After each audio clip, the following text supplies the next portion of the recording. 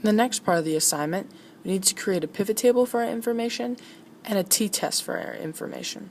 In order to create the pivot table, you need to go to the top where it says pivot table, right up here, and then it will want you to select a table or range.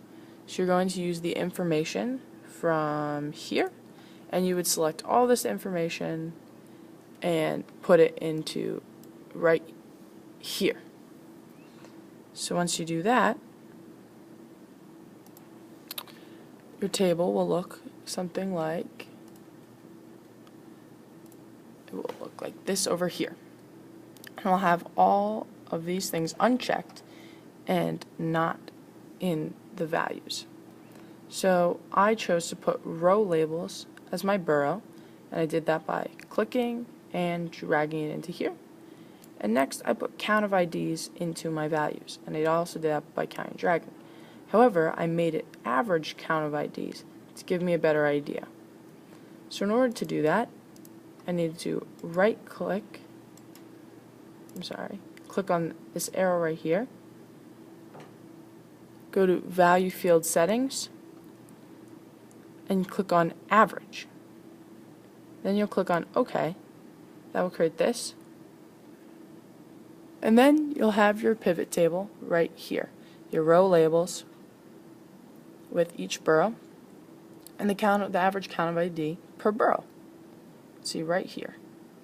That will give you a grand total of the average count of boroughs, which you can see is extremely influenced by the outlier from Manhattan, and also dragged down by Staten Island. Next, you'll need to create a t-test. I chose to create a t-test comparing the Bronx and Manhattan. In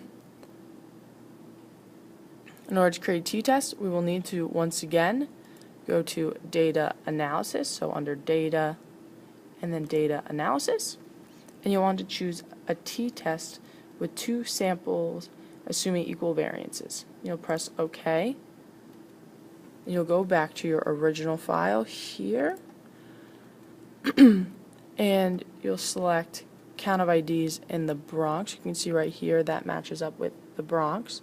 And then I did count of IDs for the next input range for Manhattan. You can see right here.